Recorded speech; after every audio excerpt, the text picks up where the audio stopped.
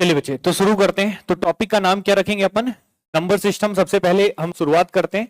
तो number system के बारे में थोड़ा सा मैं आपको बताता हूं और उसके बाद फिर सीधा सा अपन क्लासिफिकेशन ऑफ नंबर्स में कंटिन्यू करेंगे। ठीक है, तो अभी जो टॉपिक हो चुका है उसको बाद में कवर करिएगा, अभी यहां से शुरुआत करिए कायदे से। तो इस टॉपिक को सबसे पहले मुझे पढ़ाना था, बट ऐसा नहीं है, इस टॉपिक को हम लास्ट में जनरली डिस्कस करते हैं, लेकिन अभी हम 2 घंटे की क्लासेस में पूरा कवर कर देंगे आपका जो भी टॉपिक है। तो आज 1 घंटा और कल 1 घंटा हो जाएगा, प्रॉपर तरीके से कवर हो जाएगा। ठीक है, तो सबसे पहले आप हेडिंग में लिखिएगा बच्चे, क्या? Number system. क्या लिखिएगा बच्चे? Number system. ठीक है, और नंबर सिस्टम को अपन हिंदी में क्या बोलते हैं बच्चे? संख्या पद्धति। तो अभी मैं थोड़ा इसके बारे में भी बताऊंगा, फिर क्लासिफिकेशन शुरू करूंगा। ठीक है, वर्गीकरण फिर शुरू करेंगे। तो इसको अपन हिंदी में क्या बोलते हैं बच्चे? संख्या पद्धति। क्या बोलते हैं बच्चे? संख्या पद्धति, नंबर सिस्टम। सबसे पहली बात, नंबर सिस्टम है क्या? तो बेसिक चीज समझो थोड़ा सा। संख्याओं को रिप्रेजेंट करने के लिए अलग अलग सिस्टम्स बनाए गए हैं। संख्याओं को रिप्रेजेंट करने के लिए अलग अलग सिस्टम बनाए गए हैं। उन्हीं सिस्टम्स को हम क्या बोलते हैं? Number system. क्या बोलते हैं बच्चे? Number system. अब संख्याओं को रिप्रेजेंट करने के लिए कौन कौन से सिस्टम बनाए गए हैं, सवाल ये उठता है। तो अगर हम इस बात के बारे में जिक्र करें कि कौन कौन से सिस्टम बनाए गए हैं, तो सबसे पहला एक नंबर सिस्टम आपने सुना होगा, बाइनरी नंबर सिस्टम। क्या सुना होगा? बाइनरी नंबर सिस्टम, जो कंप्यूटर में हम पढ़ते हैं। जो कंप्यूटर एक मशीन होता है, और मशीन जो हमारी लैंग्वेज समझता है वो या तो वोल्टेज को समझता है, या तो 0 को, या तो 1 को।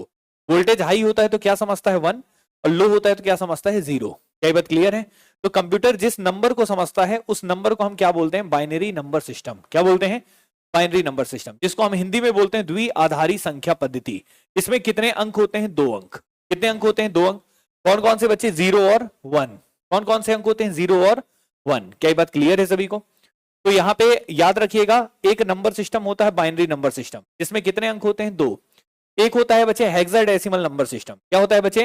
हेक्साडेसिमल नंबर सिस्टम, जिसमें कितने डिजिट्स होते हैं? 16 बच्चे। कितने होते हैं? 16। क्लियर है कि नहीं है? ये भी कौन समझता है? कंप्यूटर या प्रोसेसर वगैरह में ये लैंग्वेज जब कोडिंग वगैरह पढ़ते हैं तो यहाँ पे यूज किया जाता है। आपको ये सब चीजें नहीं पढ़ना है। आपके जो सिलेबस में है वो कौन सा नंबर सिस्टम है? Decimal number system. कौन सा है बच्चे? डेसिमल नंबर सिस्टम, जिसको हम हिंदी में क्या बोलते हैं? दशमलव संख्या पद्धति। क्लियर है कि नहीं है?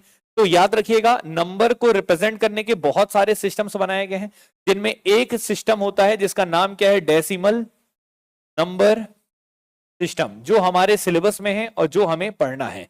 डेसिमल नंबर सिस्टम, जब आप कंप्यूटर वगैरह पढ़ेंगे तब आपको ऑक्टाडेसिमल, हेक्साडेसिमल और बाइनरी पढ़ाया जाएगा। क्लियर है कि नहीं? लेकिन अभी फिलहाल में हम बात करते हैं किसके बारे में? डेसिमल नंबर सिस्टम के बारे में। तो डेसिमल नंबर सिस्टम को हम हिंदी में क्या बोलते हैं बच्चे? दशमलव संख्या पद्धति। दशमलव संख्या पद्धति, याद रखिएगा, दशमलव संख्या पद्धति। क्या ये बात क्लियर है? दशमलव संख्या पद्धति। अब ये दशमलव संख्या पद्धति की खास बात ये होती है, नाम से ही समझ में आ रहा है आपको यहाँ पे कि यहाँ पे कितने अंक है बच्चे। सबसे पहले ये समझिएगा, 10 लिखा हुआ है। क्या लिखा हुआ है? 10। और इंग्लिश में क्या लिखा हुआ है? डेसिमल। तो डेसिमल का मतलब यहाँ पे अगर हम जाएं तो यहाँ पे डेसी लिखा हुआ है शब्द, यहाँ क्या लिखा हुआ है? 10।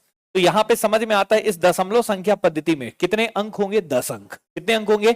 10। तो दशमलव संख्या पद्धति में टोटल अंक कितने होते हैं बच्चे? 10। कितने अंक होते हैं? 10। और अंक को हम इंग्लिश में क्या बोलते हैं? डिजिट्स। क्या बोलते हैं बच्चे? डिजिट्स। क्लियर है कि नहीं? तो टोटल कितने अंक होते हैं? 10। ये 10 अंक कहां से कहां तक होते हैं बच्चे? अगर हम इस बारे में बात करें तो 0 से लेकर 9 तक। 0 से लेकर 9 तक ये 10 अंक होते हैं। जैसे एग्जाम्पल के तौर पे हम बोले तो 0, 1, 2, 3, 4, 5, 6, 7, 8, 9। ये टोटल कितने अंक होते हैं? 10 अंक। क्लियर है कि नहीं? अब इन्हीं 10 अंकों का इस्तेमाल करके, इन्हीं 10 अंकों का इस्तेमाल करके क्या बनाया जाता है बच्चे? नंबर। क्या बनाया जाता है? नंबर। और नंबर को हिंदी में क्या बोलते हैं बच्चे? संख्या। क्या बोलते हैं बच्चे? संख्या। क्या ये बात क्लियर है कि नहीं? इन्हीं अंकों का इस्तेमाल करके क्या बनाया जाता है? संख्या। क्लियर है? अब ये जो संख्या होता है, जैसे एक एग्जांपल के तौर पे मैं बोलता हूं, जैसे मान लो इसमें से 3 अंक मैंने उठा लिया, 5 उठा लिया, 6 उठा लिया, 7 उठा लिया, तो ये बच्चे क्या बन गया? एक नंबर बन गया बच्चे। क्या बन गया? नंबर। इस नंबर में कितने डिजिट्स हैं? 3। कितने डिजिट्स हैं? 3। तो अब यहाँ पे बच्चे ये 3 डिजिट है, इसमें जो सबसे लास्ट वाला डिजिट है इसको हम बोलते हैं इकाई अंक। क्या बोलते हैं? इकाई। इकाई का मतलब होता है वंस प्लेस। क्लियर है कि नहीं है? इसको क्या बोलते हैं? टेंस प्लेस, जिसको हम क्या बोलते हैं? दहाई। इसको क्या बोलते हैं बच्चे? सैकड़ा, इसलिए बोलते हैं इसको 100 प्लेस। क्लियर है कि नहीं है? तो इस संख्या में कितने अंक है मेरे भाई? 3। कितने अंक हैं? 3। अब इन अंकों के बारे में अगर हम जिक्र करें थोड़ा सा और अच्छे से समझें, तो दो कहानी आपके सामने यहां पे निकल कर आता है। एक आता है बच्चे क्या? Place value. क्या निकल कर आता है बच्चे? Place value. ठीक है, एक निकल कर आता है बच्चे प्लेस वैल्यू, जिसको हम हिंदी में क्या बोलते हैं? स्थानीय मान। क्या बोलते हैं बच्चे? स्थानीय मान। क्या बोलते हैं बच्चे? स्थानीय मान। एक होता है बच्चे क्या? आपका फेस वैल्यू। क्या होता है बच्चे? फेस वैल्यू, जिसको हम क्या बोलते हैं? अंकीय मान। क्या बोलते हैं बच्चे? अंकीय मान। अंकीय मान। क्या ये बात क्लियर है? इसको हम जातीय मान भी बोलते हैं। क्या बोलते हैं बच्चे? जातीय मान भी कहते हैं। क्या ये बात क्लियर है? लेकिन सवाल उठता है कि ये है क्या सर? प्लेस वैल्यू और फेस वैल्यू होता क्या है, ये भी आप एक्सप्लेन करिए। तो आइए हम इस पे चलते हैं। पहले बताएं यहां तक क्लियर है कि नहीं है। तो अब ये प्लेस वैल्यू क्या चीज होता है और फेस वैल्यू क्या होता है, इसको बताने के लिए मैं नेक्स्ट स्लाइड में बताऊंगा। पहले बताएं यहां तक क्लियर है कि नहीं। बहुत बेसिक से शुरू किया हूं, फिर अभी क्लासिफिकेशन में वापस आऊंगा। पहले बताएं यहां तक क्लियर है। तो यहां पे हम किसके पास चलते हैं? सबसे पहले क्या समझते हैं? Place value. तो प्लेस वैल्यू क्या होता है, इसको बताने के लिए मैं एक एग्जांपल वही रखता हूं। जैसे यहां पे प्लेस वैल्यू समझाना है मुझे। क्या समझाना है सर? प्लेस वैल्यू कि स्थानीय मान होता क्या है। तो इस बात को बताने के लिए सबसे पहला मैं एग्जांपल आपके सामने रख, ठीक है? ठीक है, एक एग्जांपल हम रखते हैं बच्चे सबसे पहले। तो सबसे पहला एग्जांपल हमने यहाँ पे जो रखा था 5 6 7। क्या रखा था बच्चे? 5 6 7 स्थानीय मान को समझने के लिए। तो ये बताइए यहाँ पे जो 7 है, 7 का प्लेस वैल्यू क्या होगा? सवाल ये। तो 7 का प्लेस वैल्यू क्या होगा? 7 में गुणा कितने का करते हैं? 1 का। तो यहाँ पे इकाई है इसलिए 1 से गुणा करेंगे। तो 7 का प्लेस वैल्यू क्या कहलाएगा? 7। अगर मैं पूछूंगा सर 6 का प्लेस वैल्यू क्या होगा, तो 6 का गुणा किससे करेंगे बच्चे? 10 से। किससे गुणा करेंगे? 10 से। और 10 से करेंगे क्योंकि ये कौन सा स्थान है? दहाई है। कौन सा है? दहाई। तो 10 से गुणा करेंगे। तो इसका प्लेस वैल्यू क्या कहलाएगा बच्चे? स्थानीय मान क्या कहलाएगा? 60। अगर मैं बोलूंगा बच्चे 5 का क्या होगा, तो 5 का गुणा किससे करेंगे बच्चे? 100 से। तो इसका क्या कहलाएगा बच्चे? 500। क्या कहलाएगा बच्चे? 500। क्या ये बात क्लियर है कि नहीं? समझ पा रहे हैं कि नहीं? तो यहाँ पे बच्चे 5 का क्या है बच्चे? 500। और 6 का क्या है बच्चे? 60। और 7 का क्या है बच्चे? 7। क्या ये बात क्लियर है? इसी को हम क्या बोलते हैं? Place value. क्या बोलते हैं बच्चे? Place value. अब थोड़ा सा और बेहतर समझाने के लिए मैं आपसे एक बात और कहूंगा। ये देखिए, सबसे पहले एक बात बताइए, ये 1 का मतलब क्या मैं कह सकता हूं? अच्छा एक बात बताना, दुनिया का कोई भी नंबर हो, उसके पावर में 0 हो, तो रिजल्ट क्या मिलता है? 1। क्या मिलता है बच्चे? 1। तो ये जो आपके सामने ये जो 100 दिख रहा है, ये क्या है मालूम है? 10 की पावर 2 है। 10 की पावर 2 है, तो याद रखिएगा। और यहां पे क्या है बच्चे? 10 की पावर क्या है बच्चे? 1 है। और यहां क्या है बच्चे? 10 की पावर क्या है बच्चे? 10 की पावर, क्योंकि 10 की पावर 0 करने पे क्या रिजल्ट मिलता है? 1। तो याद रखिएगा, अगर मुझे 7 का स्थानीय मान निकालना है, तो मैं 7 का गुणा किससे करता हूं पता है? 10 की पावर 0 से। तब जाके 7 इंटू 1 करने पे क्या रिजल्ट आता है बच्चे? क्या आता है बच्चे? 7। जब मैं 6 का स्थानीय मान निकालता हूं, तो 6 का गुणा किससे करता हूं? 10 की पावर 1 से। और 10 की पावर 1 का मतलब क्या होता है बच्चे? 10। तो यहां पे क्या रिजल्ट आता है? 60। ये मैंने पीले कलर से जो लिखा है वो डायरेक्ट बताया है, और जो ब्लू कलर से लिख रहा हूं ये डिटेल बता रहा हूं। क्लियर है कि नहीं है? अब यहां पे मैं बोलूंगा कि 5 का स्थानीय मान निकालना है, तो 5 में गुणा कितने का करूंगा? 10 की पावर 2 का। और 5 का गुणा 10 की पावर 2 का मतलब किसका गुणा करूंगा? 100 का। और ये कितना आ जाएगा बच्चे? 500। क्या ये बात क्लियर है कि नहीं? ठीक है बच्चे? ठीक है, तो याद रखिएगा, जब हम इधर बढ़ते जाते हैं तो 10 के पावर में भी संख्या क्या होता है? बढ़ते जाता है। पहले 10 की पावर 0 था, फिर 10 की पावर 1 है, फिर 10 की पावर क्या है? 2 है। क्या ये बात क्लियर है सभी को? एक एग्जांपल और देते हैं तो और क्लियर होगा, फिर अच्छे से दिमाग में चीजें बैठ जाएंगी। जैसे एक एग्जांपल और देते हैं, जैसे मान लो एक नंबर है 567.234। क्या ये बात क्लियर है? एक नंबर है वो डेसिमल के फॉर्म में। किसके फॉर्म में? डेसिमल। यहां पे बच्चे आपको प्लेस वैल्यू निकालना है। क्या निकालना है बच्चे? Place value. तो कैसे निकालेंगे? सबसे पहले अगर मैं पूछूं 7 का प्लेस वैल्यू क्या होगा, तो 7 में कितने का गुणा करेंगे? 10 की पावर 0 का। तो यहां पे क्या आ जाएगा? 7। क्या आ जाएगा बच्चे? 7। अगर मैं बोलूंगा 6 का प्लेस वैल्यू क्या होगा, तो 6 में गुणा कितने का करेंगे? 10 की पावर 1 का। तो क्या आ जाएगा बच्चे? 60।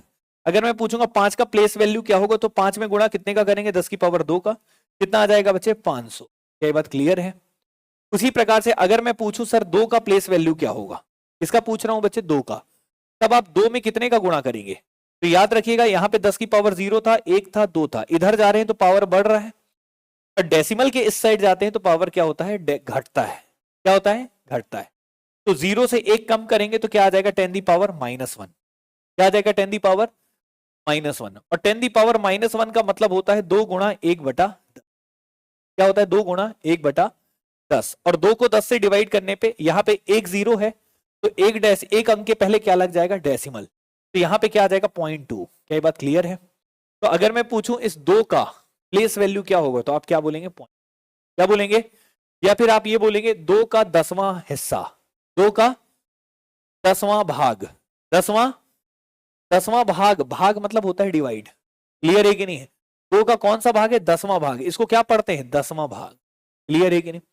उसी प्रकार से अगर मैं पूछूं सर 3 का बता दो, इसका बता दो 3 का, तो 3 में कितने का गुणा करेंगे बच्चे, 10 की पावर -2, क्या करेंगे बच्चे, 10 की पावर -2, मतलब 3 गुणा क्या हो जाएगा बच्चे, ये 10 की पावर -2 है, तो नीचे जाएगा तो क्या हो जाएगा, नीचे 10 आ जाएगा, और नीचे कितनी बार आ जाएगा, 2 बार, तो ये क्या बन जाएगा 100, क्लियर है कि नहीं है? तो हम इसको बोलेंगे 3 का 100वां भाग, 3 का 100वां भाग, और इसको अगर हम सॉल्व करते हैं तो यहाँ पे कितने जीरो लगे हैं, 2 जीरो, तो कितने डिजिट के पहले डेसिमल आएगा, 2, तो यहाँ पे 3 है अकेला, तो एक जीरो पहले लगा देंगे और फिर लगाएंगे डेसिमल। क्या ये बात क्लियर है? क्योंकि 2 अंकों के पहले डेसिमल होगा तो एक ही अंक अकेला 3 दिख रहा है, तो एक अंक और बढ़ाने के लिए हम आगे जीरो लगा दें। पहले बताएं यहां तक क्लियर है कि नहीं, बताइए यहां तक समझ में आ रहा है कि नहीं आ रहा है? तो इस तरीके से बच्चे प्लेस वैल्यू आप निकालते हैं। अब मैं आपसे पूछता हूं बच्चे, किसका प्लेस वैल्यू निकालना है, 4 का, किसका निकालना है, 4 का, तो 4 का प्लेस वैल्यू निकालने के लिए 4 गुणा 10 की पावर कितना करेंगे, -3, क्या कर देंगे, -3, यही बात क्लियर है, -1 -2 और -3, तो अगर आप इसको सॉल्व करते हैं तो 4 इंटू क्या हो जाएगा, 1 अपॉन, ये -3 नीचे आ जाएगा तो नीचे 3 बार 10 आ जाएगा, मतलब कितना हो जाएगा, 1000, तो 4 का कौन सा भाग रहेगा, 1000वां भाग, क्या होगा बच्चे, 1000वां भाग। अगर हम इसको सॉल्व करते हैं तो बताइए नीचे कितने जीरो दिख रहे हैं, 3 जीरो, कितने जीरो दिख रहे हैं, तो कितने डिजिट के पहले डेसिमल आएगा, 3, तो यहाँ पे कितना है बच्चे, ऑलरेडी 4, तो 2 डिजिट और लगाएंगे तो 2 जीरो लगाना पड़ेगा और फिर क्या लगाएंगे, डेसिमल, तब ये इसका क्या कहलाएगा, प्लेस वैल्यू। क्या ये बात क्लियर है? तो आपको ये बताइए प्लेस वैल्यू क्लियर हुआ कि नहीं हुआ? तो जब इस साइड जाते हैं, अगर आप इस दिशा की ओर बढ़ते हैं तो पावर क्या होता है, बढ़ता है, इधर जाते हैं तो पावर क्या होता है, कम। क्या ये बात क्लियर है? ये हो गया बच्चे प्लेस वैल्यू की जानकारी। पहले यहां तक क्लियर है? कोई डाउट किसी को, समझ में आया? तो आप लोग लिखना चाहेंगे क्या, कि फिर मैं आगे बढ़ूं, फिर आगे लिखेंगे? लिख लीजिए, ज्यादा बेटर, क्लियर है कि नहीं? तो अभी तक मैंने क्या क्या बताया बच्चे, यहां से नोट करना शुरू करिएगा, इसको जल्दी से लिखिए। तो यहाँ पे प्लेस वैल्यू के बारे में अभी मैंने फिलहाल में बताया है, अभी मैं किसके बारे में फिर बताने वाला हूँ, फेस वैल्यू। तो आप इसको लिख लीजिए, फिर मैं आगे कंटिन्यू, या फोटो लेना हो तो वो भी कर सकते हैं, जैसा आपको ठीक, क्योंकि जब तक वो नहीं हो रहा है तो आप फोटो भी ले सकते, क्लियर है? जैसा आपको ठीक लगे देख लीजिए।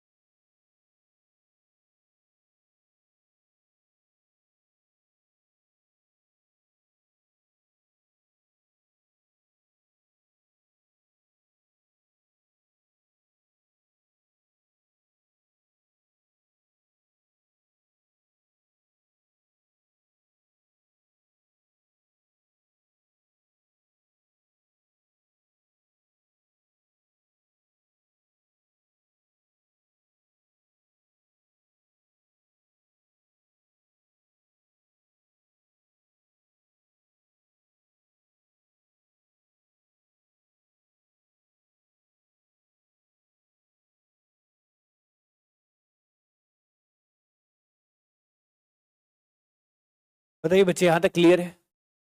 ठीक है, लिख लिया सबने? ठीक है ना, यहाँ तक ओके? अब हम आगे बढ़ते हैं। तो यहाँ तक अगर आपने नोट कर लिया है, या फिर देख लो, आप जल्दी लिखो थोड़ा सा, ठीक है, नहीं तो स्लो हो जाएगी क्लास। ठीक है, लिख लिया सबने, सबने लिख लिया है? ठीक। अब देखो आगे, लास्ट में क्या किया करो ना, जब क्लास खत्म होता है तो आप इधर आके इसको फोटो ले लिया करो, ठीक है, लास्ट में, जब तक स्कैन नहीं हो रहा है उससे काम चल, ठीक है। अब एक और है बच्चे, इसको भी नोट कर लो जल्दी, ये भी प्लेस वैल्यू की, ठीक है। अब उसके बाद फेस वैल्यू में चले।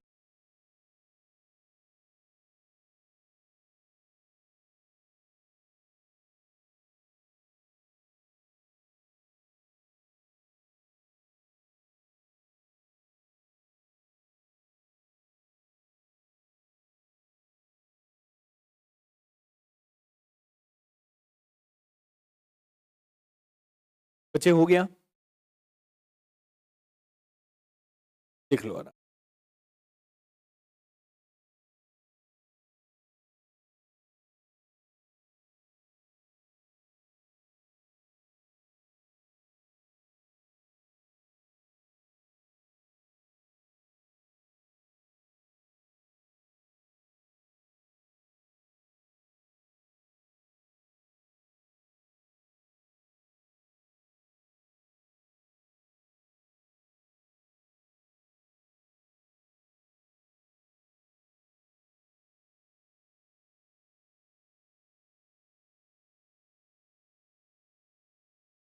वो बच्चे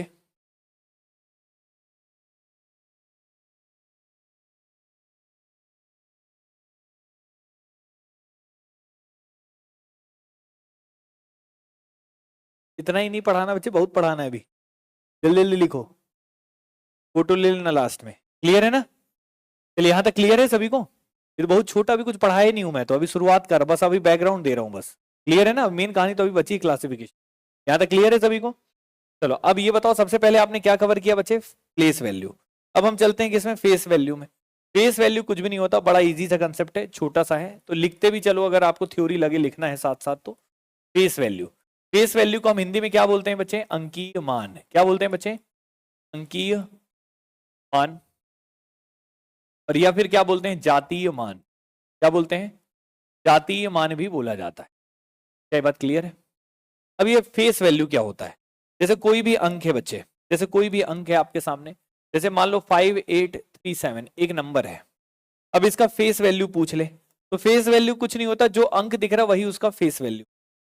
जैसे यहाँ 7 दिख रहा है तो 7 का फेस वैल्यू क्या होगा? 7। जो अंक है वही उसका फेस है। क्लियर है? 3 का फेस वैल्यू क्या होगा? 3। 8 का फेस वैल्यू क्या होगा? 8। 5 का फेस वैल्यू क्या होगा? 5। मतलब जो अंक है वही उसका फेस वैल्यू, इसमें कुछ बताने की जरूरत ज्यादा नहीं, मेन आपको प्लेस वैल्यू। क्लियर है कि नहीं? तो जो अंक है वही उसका अंकीय मान होता है, तो इसमें कुछ है नहीं, तो यहां तक उम्मीद करता हूं क्लियर होगा। बात समझ में? ठीक बच्चे, अब हम शुरू करते हैं। अगर आपको फेस वैल्यू भी क्लियर हो गया है, अंकीय मान, तो हम कहां पे थे? पहले उस बात पे चलते हैं, पहले स्लाइड पे। तो सबसे पहले मैं आपको यह बताया कि दशमलव संख्या पद्धति में 10 अंक होते हैं, इन 10 अंकों को बना मिलाकर क्या बनाया आपने? नंबर। और नंबर में दो कहानी निकल कर आई है, प्लेस वैल्यू और फेस वैल्यू। क्लियर है कि नहीं? अब देखिए, ये नंबर के बारे में आपको इतना तो पता चला, लेकिन नंबरों को अब हम क्या कर देंगे? क्लासीफाई करेंगे। क्लासीफाई करेंगे मतलब वर्गीकृत करेंगे, बांटेंगे कि संख्या किस तरीके से विभाजित हुई, कितने प्रकार की संख्याएं होती। क्लियर है? तो अब हम पढ़ने वाले हैं बच्चे क्या? Classification of number. क्या पढ़ने वाले हैं बच्चे? Classification of number. तो आइए अब ध्यान से देखिएगा, यहां से अपन हेडिंग डालते हैं क्या? Classification of number. Classification of numbers. ठीक है, क्लासिफिकेशन ऑफ नंबर्स, इसको बोलते हैं बच्चे हिंदी में संख्याओं का वर्गीकरण। क्या बच्चे? संख्याओं का वर्गीकरण। संख्याओं का वर्गीकरण। क्लियर है? Classification of numbers. तो संख्याओं का वर्गीकरण अब हम पढ़ेंगे बच्चे, ध्यान से देखिएगा। तो संख्याओं को कैसे कैसे बांटा गया है, किस तरीके से क्लासिफाई किया गया है, ये मैं आपको पढ़ाना चाहता हूं। ठीक है, संख्याओं का वर्गीकरण। तो सबसे पहली बात, संख्याओं को कैसे बांटा गया है। तो सबसे पहले यह समझिएगा कि संख्या, जितनी भी दुनिया में संख्या होती, सबको एक साथ मिला दो, तो सबसे बड़ी संख्या जो होती है वो कहलाती है कॉम्प्लेक्स नंबर। क्या कहलाती है? कॉम्प्लेक्स नंबर, जिसको हम बोलते हैं बच्चे क्या? सम्मिश्र संख्या। क्या बोलते हैं? सम्मिश्र संख्या। सम्मिश्र मतलब सबको मिक्स कर दो, सबको मिला दो, सभी प्रकार की संख्याओं को एक साथ एक ग्रुप में बना दो, उसे हम क्या बोलते हैं? सम्मिश्र संख्या। सम्मिश्र इसीलिए नाम है, सम्मिश्र, सबका मिक्स। क्लियर है कि नहीं? तो सबसे बड़ी संख्या कौन सी कहलाएगी? सम्मिश्र संख्या। सभी संख्याओं को मिलाने के बाद एक जो संख्या का जो ग्रुप बना है उसे क्या बोलते हैं? सम्मिश्र संख्या। अभी सम्मिश्र संख्या को दो हिस्सों में बांटेंगे। कितने हिस्सों में बांटेंगे? दो। ये जो सम्मिश्र संख्या आपको दिख रहा है, इसको हम कितने हिस्सों में बांटेंगे बच्चे? दो हिस्सों में। कितने हिस्सों में बांटेंगे बच्चे? दो। एक होता है बच्चे वास्तविक संख्या, एक होता है बच्चे क्या? वास्तविक संख्या, जिसको हम रियल नंबर बोलते हैं। क्या बोलते हैं बच्चे? Real number. मतलब दुनिया में दो प्रकार की संख्याएं हैं, एक तो जो वास्तविक में है, जिसको बोलते हैं वास्तविक संख्या। क्या बोलते हैं? वास्तविक संख्या। और एक होता है बच्चे क्या? काल्पनिक संख्या। क्या होता है बच्चे? काल्पनिक संख्या, जिसको हम लोग क्या बोलते हैं, इमेजिनरी नंबर। क्या बोलते हैं बच्चे, इमेजिनरी नंबर। हिंदी में क्या बोलते हैं बच्चे, काल्पनिक संख्या। काल्पनिक संख्या, ठीक है, जो आपकी कल्पनाओं में है, वास्तविक में नहीं, केवल कल्पनाओं में है। क्लियर है? तो काल्पनिक संख्या। अब काल्पनिक संख्या तो हमें हमारे सिलेबस में भी नहीं है, हमको ये पढ़ना भी नहीं है, हमारे एग्जाम में नहीं आता एप्टीट्यूड। क्लियर है कि नहीं? लेकिन काल्पनिक संख्या होता क्या है, ये जानकारी के लिए मैं आपको बता देता हूं। तो किसी संख्या के साथ क्या लगा हो, आई। पहचान क्या है ये बता रहा हूं। किसी संख्या के साथ क्या लगा हो, आई। आई, आई का मतलब होता है अयोटा। आई का मतलब क्या होता है, अयोटा। हिंदी में भी अयोटा बोलते हैं। अगर किसी संख्या के साथ आई लगा हो तो उसे हम इमेजिनरी नंबर क्या बोलते हैं, इमेज। आई का मतलब होता है अयोटा। और अयोटा, जैसे एग्जांपल देता हूं, कैसे संख्या, जैसे 5i लिखा है, क्या लिखा है, 5i, ये इमेजिनरी नंबर है। 5 प्लस आई, ये भी क्या कहलाएगा, इमेजिनरी नंबर। क्लियर है कि नहीं? ठीक है, 6i, ये भी क्या है, इमेजिनरी। अब आई की वैल्यू क्या होती है, आई है क्या, तो आई की जो वैल्यू होती है वो होती है बच्चे रूट ऑफ माइनस। क्या होती है, रूट ऑफ माइनस। तो पॉसिबल ही नहीं, एग्जिस्ट करता ही नहीं है, रूट के अंदर माइनस हो ही नहीं सकता। क्यों नहीं हो सकता, क्योंकि देखो आई स्क्वायर की जो वैल्यू होती है एग्जैक्ट में -1 होती है। क्या होती है, -1, जो कि पॉसिबल नहीं है, क्योंकि आई का 2 बार गुणा करने पे कभी भी माइनस रिजल्ट आ सकता है क्या, किसी भी चीज का 2 बार गुणा करने पे माइनस आ ही नहीं सकता। इसलिए हम इसको क्या बोलते हैं, काल्पनिक। क्या बोलते हैं, काल्पनिक, जो एग्जिस्ट नहीं करती। तो ये आपको नहीं पढ़ना है, बस जानकारी के लिए हमने बता दिया है कि आयोटा का कितना वैल्यू। क्लियर है कि नहीं है? ठीक है, अब आपको जो पढ़ना है वो कौन सी संख्या पढ़ना है बच्चे, रियल नंबर, वास्तविक संख्या पढ़ना है। क्लियर है कि नहीं? अब वास्तविक संख्या के बारे में अगर हम आपको पढ़ाएं तो वास्तविक में 2 ही प्रकार की मेन जो संख्याएं हैं, मतलब वास्तविक में आपने आज तक जो संख्याएं देखा है तो 2 ही प्रकार की संख्याएं देखा होगा। कितनी प्रकार की देखा होगा, 2। वो 2 प्रकार की संख्याएं कौन कौन सी हैं ये मैं आपको एक्सप्लेन करता हूं। अभी आइए ध्यान से। तो वास्तविक में आपने 2 ही प्रकार की संख्याएं आपने अपने जीवन काल में, या अभी तक आपने, या आगे आप देखेंगे, या पूरे मैथ्स में आप देखेंगे। कौन कौन से, एक तो वो संख्याएं जो पूरी हैं। क्या है बच्चे, पूरी हैं। पूरी का मतलब जो पूर्णांक है, जो क्या है बच्चे, पूर्णांक है। इंटीजर्स, इंटीजर्स को हिंदी में क्या बोलते हैं, पूर्णांक। जिनका अंक पूरा है, जो आधा अधूरा नहीं है, पूरा है, उसे हम क्या बोलते हैं, पूर्णांक। और एक होता है बच्चे दशमलव। क्या होता है बच्चे, दशमलव। दशमलव, दशमलव को क्या बोलते हैं, डेसिमल। क्या बोलते हैं, डेसिमल। क्या ये बात क्लियर है? तो 2 ही प्रकार की संख्या आपने देखा होगा, ये तो पूरी या तो दशमलव वाली। क्लियर है कि नहीं? तो जो दशमलव वाली है उसको हमने क्या बोल दिया है, डेसिमल, जिसको हम आगे पढ़ेंगे, अभी नहीं, पहले इसको पढ़ेंगे फिर उसके बाद ये पढ़ेंगे। ठीक है, इसको क्लासिफाई करेंगे। और दूसरा होता है पूर्णांक। पूर्णांक का मतलब होता है जो पूरा है, कंप्लीट है। जैसे एग्जाम्पल के तौर पे मैंने बोल दिया -5, -4 अपने आप में पूरा है, -3, -2, -1, 0, 1, 2, 3, 4, ये सब क्या है बच्चे, पूरे हैं। जैसे 5 पूरा है, 2 पूरा है, 3 पूरा है, इसमें कोई भी डेसिमल नहीं है, कंप्लीट है, ये अपने आप में पूरा। दशमलव कौन सा हो गया, जैसे 2.1 पूरा कहाँ हुआ, पूरा 2 और 0.1 अलग से।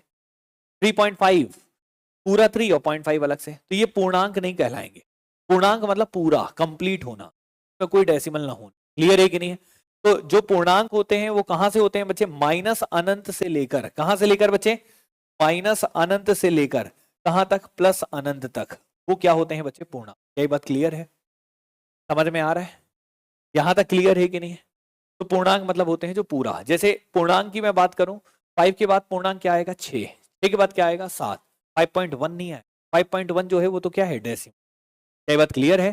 तो जो पूरा होता है उसे हम क्या बोलते हैं, पूर्णांक। और पूर्णांक को इंग्लिश में क्या बोलते हैं, इंटीजर। और इंटीजर्स कहां से कहां तक होता है, माइनस अनंत से लेकर प्लस अनंत तक। अनंत मतलब जिसकी कोई सीमा नहीं। क्लियर है कि नहीं, समझ में आया? ये हो गया इंटीजर्स। अब इन्हीं पूर्णांक को अब हम अलग अलग तरीके से क्लासिफाई करेंगे, वर्गीकृत करेंगे, ताकि आपके दिमाग में चीजें बैठ जाए। क्लियर है कि नहीं? तो आइए इन पूर्णांक को किस तरीके से क्लासिफाई करेंगे वो बताते हैं। पहले बताइए यहां तक क्लियर है कि नहीं, यहां तक ओके है बच्चे? तो अब पूर्णांक को कैसे क्लासिफाई करेंगे ये बताते हैं। पहले ये लिख लिए हैं कि लिखना था? ठीक है, वेरी गुड, लिखते चलिए साथ साथ, क्योंकि थ्योरी वाला टॉपिक है, ज्यादा कुछ है नहीं इसमें। ठीक है, तो अब हम क्या करते हैं, इंटीजर्स को क्लासिफाई करेंगे। इसको क्लासिफाई करेंगे, इंटीजर्स को। इंटीजर्स को हिंदी में क्या बोलते हैं, पूर्णांक। डेसिमल को बाद में करेंगे, पहले एक एक करके पढ़ेंगे। तो अभी पूर्णांक के बारे में क्लियर है? पूर्णांक कहां से कहां तक है बच्चे बताइएगा एक बार, माइनस अनंत से लेकर, -3 -2 -1 0 1 2 3 4 कहां तक है बच्चे? ये क्या है बच्चे? पूर्णांक। क्लियर है कि नहीं? अब इन पूर्णांक को हम कितने हिस्सों में बांटेंगे बच्चे? दो हिस्सों में। कितने हिस्सों में बांटेंगे? दो। पहला क्या होगा बच्चे? पॉजिटिव, और दूसरा क्या होगा बच्चे? क्या ये बात क्लियर है? पहला पूर्णांक क्या होगा बच्चे? पॉजिटिव। ठीक है, पूर्णांक को दो हिस्सों में हम क्लासिफाई करते हैं, वर्गीकृत करते हैं। एक हो गया बच्चे पॉजिटिव इंट, क्या हो गया बच्चे? Positive integer. इसको हिंदी में बोलते हैं धनात्मक पूर्णांक। क्या बोलते हैं बच्चे? धनात्मक पूर्णांक। क्या बोलते हैं बच्चे? धनात्मक पूर्णांक।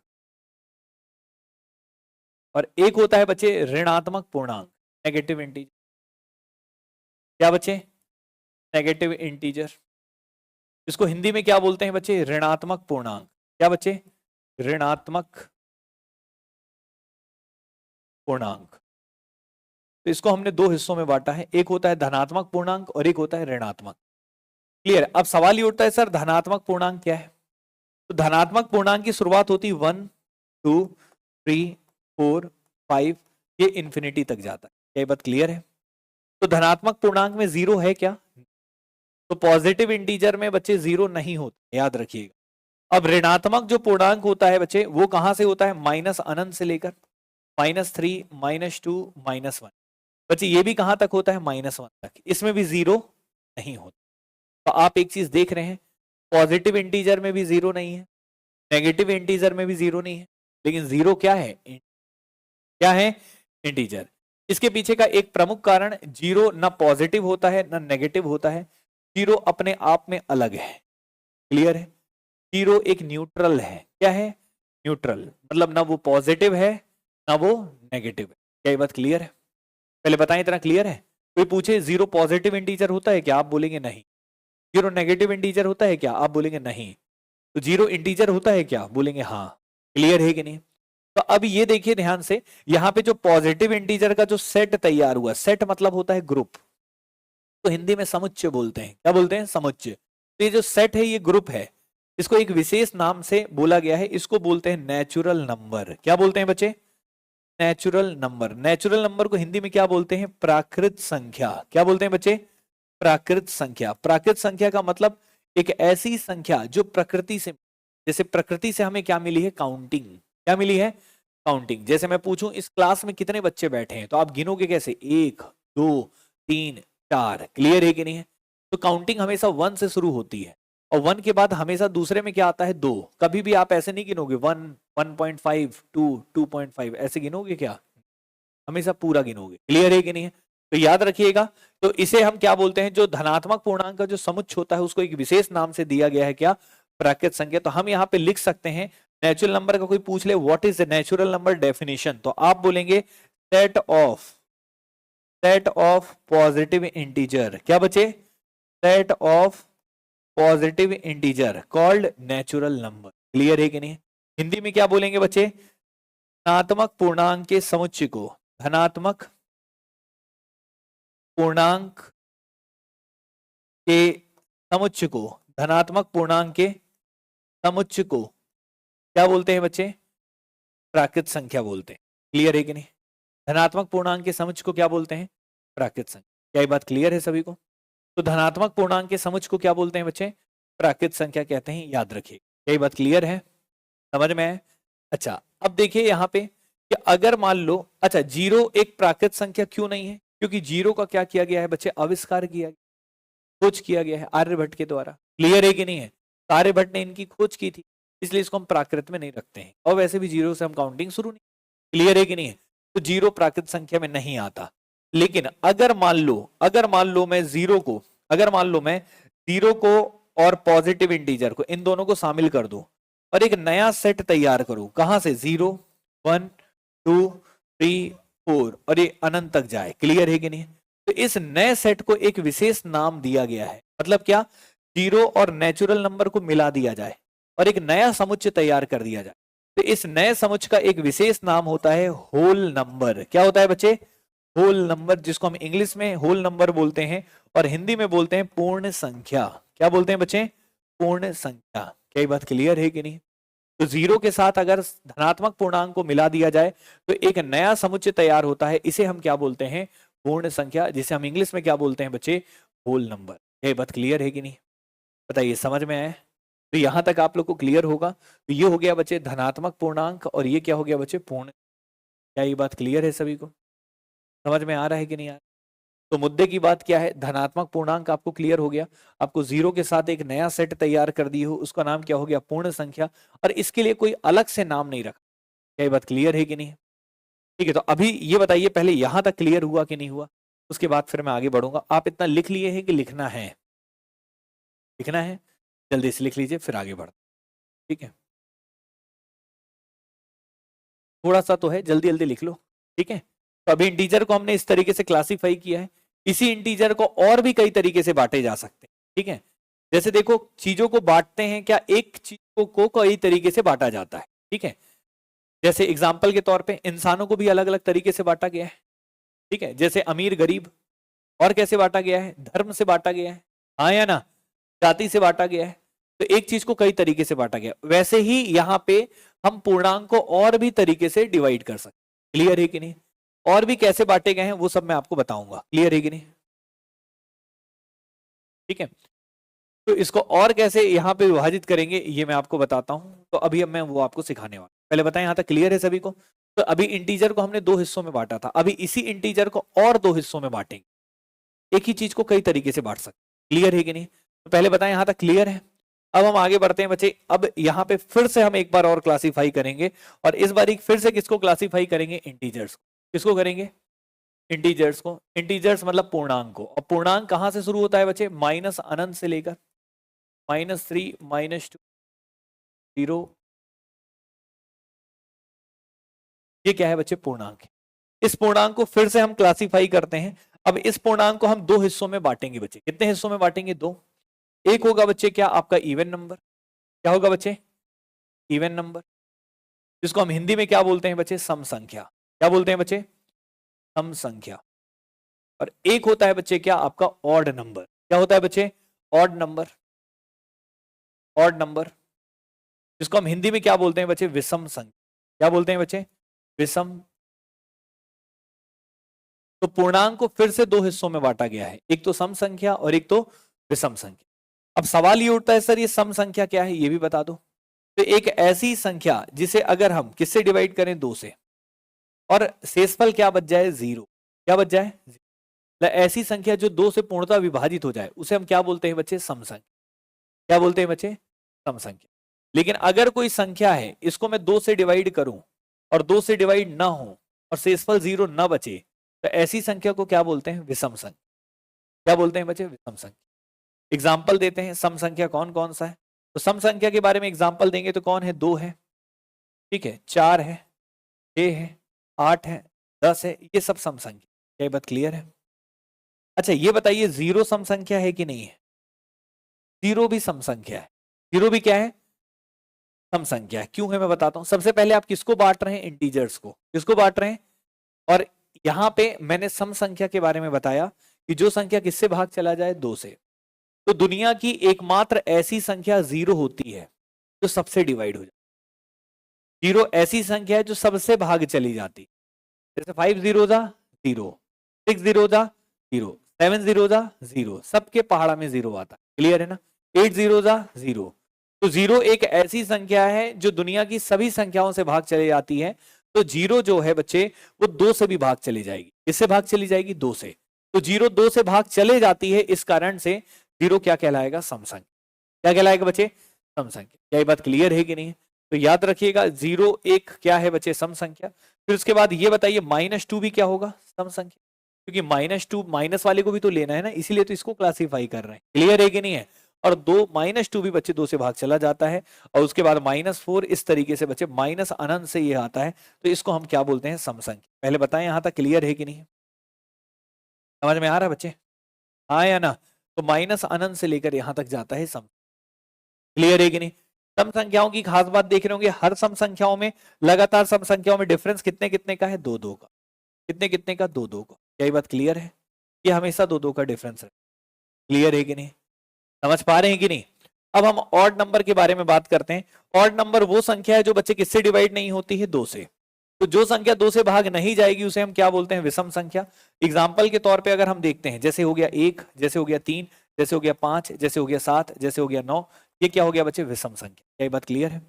1 के पहले क्या आएगा, -1, क्या आएगा बच्चे, -3, क्या आएगा बच्चे, -5, ये सब क्या है बच्चे, विषम संख्या। जो संख्याएं 2 से भाग नहीं जाती हैं वो क्या होती हैं। अब यहां पे भी देखेंगे कि विषम संख्याओं के बीच में भी डिफरेंस कितने कितने का है मेरे भाई, 2 का।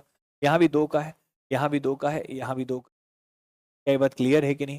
तो याद रखिएगा, विषम संख्याओं में भी डिफरेंस कितने कितने का होता है, 2 का। और जो संख्याएं 2 से चली जाती हैं वो सम है, जो 2 से नहीं जाती हैं वो क्या होती है। पहले बताएं बच्चे, यहां तक क्लियर है कि नहीं? तो नोट कर लीजिए, फिर हम आगे।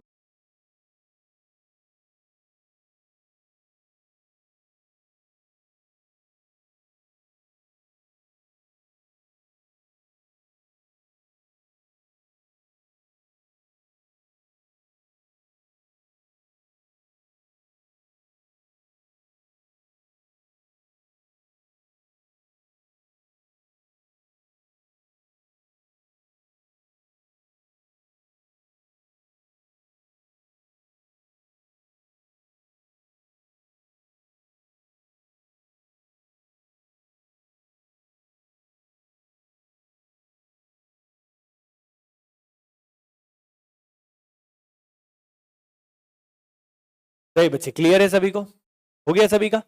चलिए, तो यहां तक क्लियर हो गया। अब हम चलते हैं बच्चे, इंटीजर्स को हमने 2 तरीके से क्लासिफाई कर दिया। ठीक है, अब हम एक काम करते हैं, पॉजिटिव इंटीजर को क्लासिफाई इसको करेंगे, पॉजिटिव, फिर उसके बाद डेसिमल में। क्लियर है कि नहीं? तो अब हम एक काम करते हैं, यहां से अब हम पॉजिटिव इंटीजर को क्लासिफाई करना शुरू करते हैं। तो हेडिंग में लिखते हैं बच्चे क्या, पॉजिटिव इंटीजर। क्या लिखेंगे बच्चे, पॉजिटिव। हिंदी में क्या बोलते हैं इसको, धनात्मक पूर्णांक। क्या बोलते हैं, धनात्मक पूर्णांक, पॉजिटिव इंटीजर। अब बच्चे हम किसको क्लासिफाई करेंगे, पॉजिटिव इंटीजर। क्लियर है कि नहीं? ठीक है, अब पॉजिटिव इंटीजर को अब हम क्लासिफाई करते हैं, ध्यान से देखिएगा, धनात्मक पूर्णांक को भी। तो धनात्मक पूर्णांक को कैसे क्लासिफाई करेंगे, देखिए। तो जो पॉजिटिव इंटीजर कहां से शुरू होता है ये बताएंगे थोड़ा। कहां शुरू होता है बच्चे, 1 2 3, यहां से। क्लियर है कि नहीं? यहाँ पे नेगेटिव वाला नहीं ले रहे। क्लियर है कि नहीं? तो पॉजिटिव इंटीजर को 2 हिस्सों में हम क्लासिफाई करेंगे। एक होता है बच्चे प्राइम नंबर। क्या होता है बच्चे, प्राइम नंबर, जिसको हम हिंदी में क्या बोलते हैं बच्चे, अभाज्य संख्या। क्या बोलते हैं बच्चे, अभाज्य संख्या। तो हम क्या बोलते हैं बच्चे, अभाज्य संख्या। क्या ये बात क्लियर है?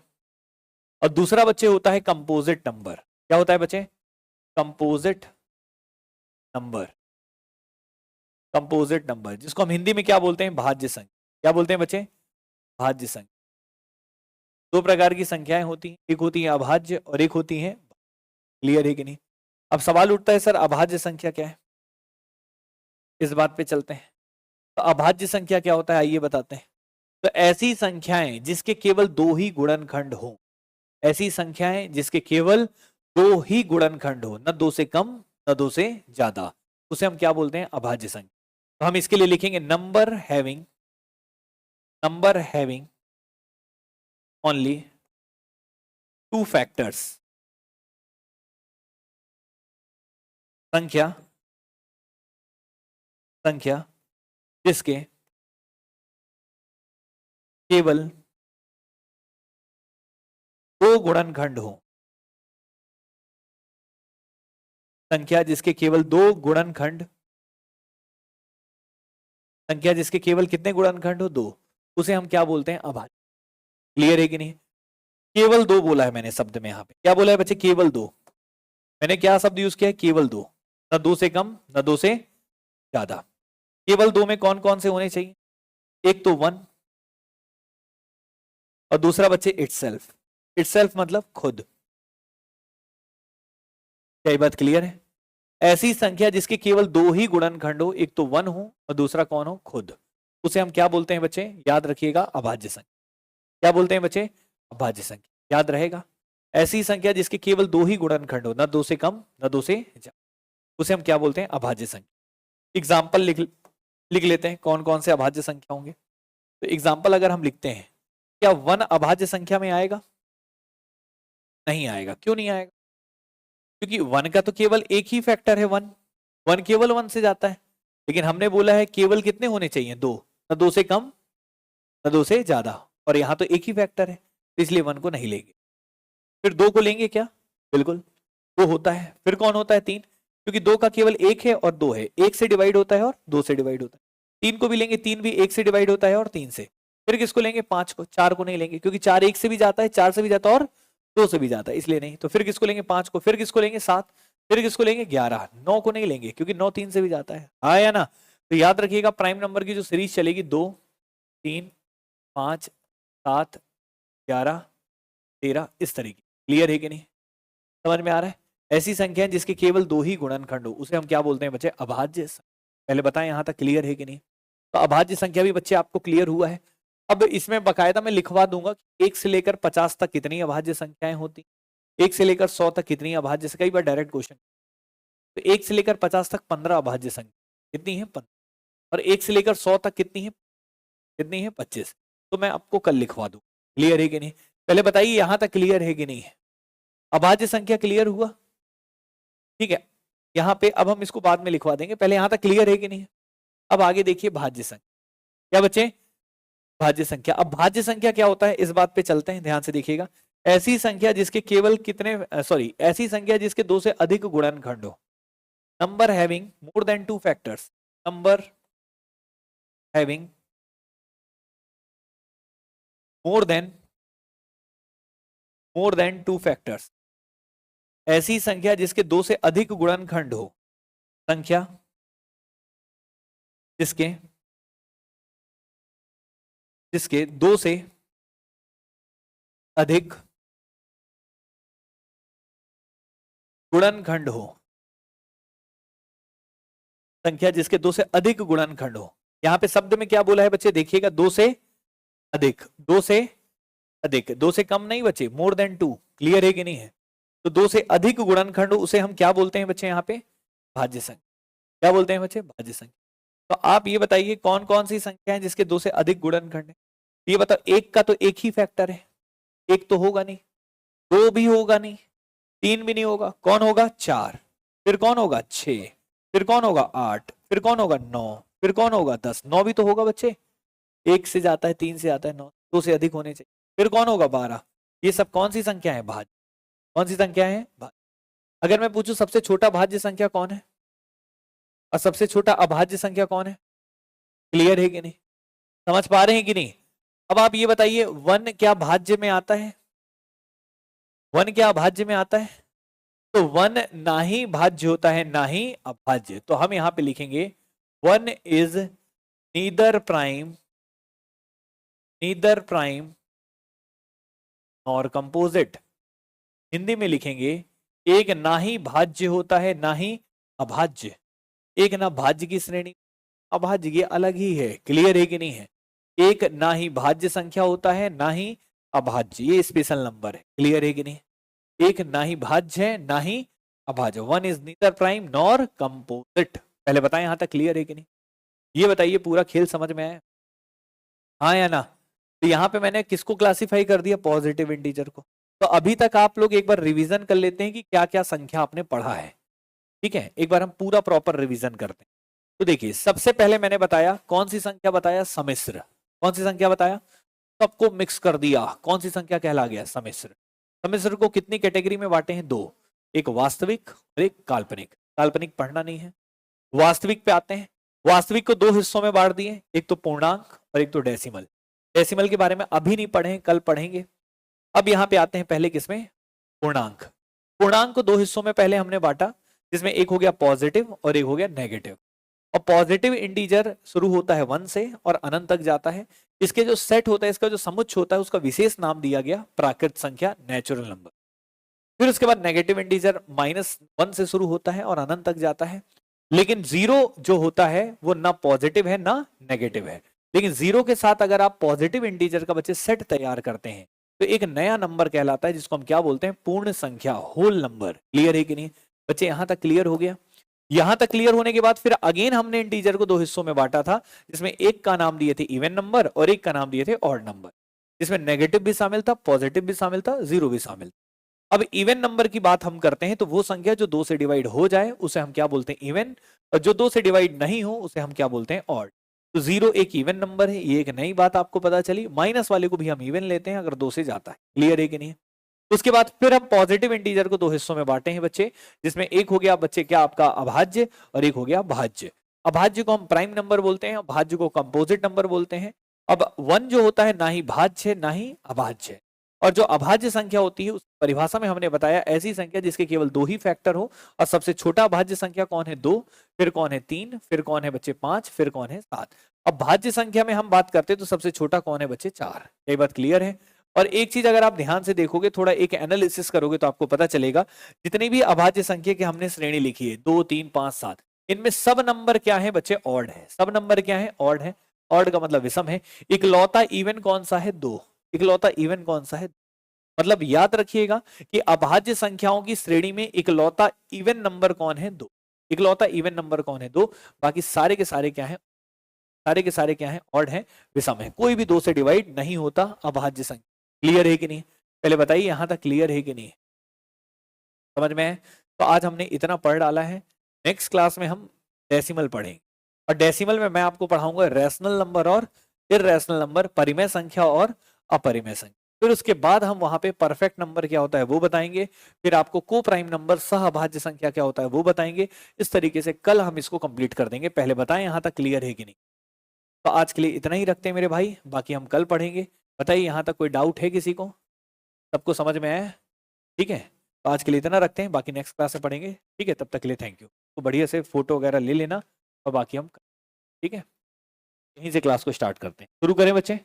देखिए, तो डेसिमल में हम लोग सबसे पहले दशमलव को 2 हिस्सों में बांटेंगे। कितने हिस्सों में बांटेंगे, 2 हिस्सों में। इंटीजर पूरा कंप्लीट हो गया था। दशमलव को 2 हिस्सों में बांटेंगे, डेसिमल को 2 हिस्सों में बांटेंगे। पहला तो वो बच्चे जो रिपीट करता है, और दूसरा तो वो बच्चे जो रिपीट नहीं करता। तो 2 हिस्सों में बांट रहे हैं। एक तो वो जो रिपीट करता है, रिपीट को हिंदी में क्या बोलते हैं, पुनरावृत। क्या बच्चे, पुनरावृत। बाकी आप रिपीट ही लिखो तो चलेगा। रिपीट करना मतलब दशमलव के बाद कोई अंक रिपीट करना। और दूसरा जो दशमलव के बाद दूसरा कोई अंक रिपीट नहीं करता। ये समझाने के लिए बस मैं नाम लिख रहा हूं, रिपीट और नॉन रिपीट। एक को हिंदी में बोलेंगे पुनरावृत और एक को बोलेंगे अपुनरावृत। अपुनरावृत, ठीक है। अब ये रिपीट और नॉन रिपीट की कहानी क्या है ये मैं थोड़ा सा एक्सप्लेन करना चाहूंगा। जैसे मान लीजिए मैं कुछ एग्जांपल देता हूं तब आपको क्लियर होगा। जैसे मान लो मैंने लिख दिया 0.5, क्या लिख लिया 0.5। जैसे सपोज करो मैंने लिख लिया यहाँ पे 0.23। जैसे मान लो मैंने एग्जांपल लिख लिया 2.37, मैंने यहाँ पे लिख लिया 0.333 रिपीट कर रहा है। जैसे मैंने लिख लिया 0.5777 रिपीट कर रहा है। मैंने लिख लिया 0.23879645 और पता नहीं आगे क्या आएगा। क्लियर है कि नहीं। ये जितने भी प्रकार के दशमलव हो सकते हैं सारे दशमलव मैंने आपके बोर्ड में लिख दिए हैं। क्लियर है। इतने प्रकार के लगभग आपने दशमलव अपने देखा होगा, ठीक है। अब इस दशमलव में मैं इनको 2 हिस्सों में पूरी कहानी को बांटना चाहता हूं। ये जो मैंने लिखा है, एक तो रिपीट वाले में और एक तो नॉन रिपीट में। अब आपसे मैं कुछ सवाल पूछता हूं, ये बताओ दशमलव के बाद क्या दशमलव के बाद कौन कौन सा वाला रिपीट कर रहा है। क्या दशमलव 5 लिखा है, क्या उसका कोई अंक रिपीट कर रहा है, रिपीट करना बार बार आ रहा है, नहीं आ रहा है। अगर आप देखेंगे तो दशमलव के बाद केवल क्या दिख रहा है, 5, कोई रिपीट नहीं कर रहा है। लेकिन याद रखिएगा कि अगर मैं आपसे पूछूं इसके आगे हम अपने से कितने भी जीरो लगा सकते हैं। क्लियर है। आगे कितने भी जीरो लगा दें नंबर वही रहेगा। मतलब ये कहने का मतलब है कि 0.5 बोल दूं या 0.50 बोल दूं, इन दोनों का मतलब क्या है बच्चे, सेम है। इन दोनों का मतलब क्या है, तो 0.5 बोलूं या 0.50, इन दोनों का मीनिंग क्या होता है बच्चे, सेम होता है। याद रहेगा ये बात, ठीक है। या फिर मैं बोल दूं 0.500, मैं कितना भी जीरो लगा दूं इन तीनों का मीनिंग क्या रहेगा, सेम। आगे कितने भी जीरो लगा लो कोई फर्क नहीं पड़ता है। क्लियर है। तो याद रखिएगा अगर 0.5 है और मैं आपसे पूछूं कि ये रिपीट कर रहा है कि रिपीट नहीं कर रहा है, तब आप बोलेंगे 0.5, 5 तो रिपीट नहीं कर रहा है लेकिन आगे कुछ लिखा नहीं है, इसलिए हम मान सकते हैं कि आगे क्या होगा, 0। क्या होगा, मतलब यहाँ रिपीट कर रहा है, वो कौन सा कर रहा है, 0। और 0 लिखने की आवश्यकता नहीं होती है इसलिए नहीं लिखा है। क्लियर है कि नहीं। 0 लिखे ना लिखे उससे फर्क नहीं पड़ता। तो हम इसको किस कैटेगरी में रखेंगे, रिपीट वाले में। किसकी कैटेगरी में रखेंगे, रिपीट। क्लियर है? पहले बताएं यहां तक क्लियर है? आपको थोड़ा सा समय लगेगा सीखने में, रिपीट क्या बोल रहे हैं और नॉन रिपीट क्या है, पहले बस रिपीट और नॉन रिपीट देख लीजिए, उसके बाद समझा। पहले यहां तक क्लियर है?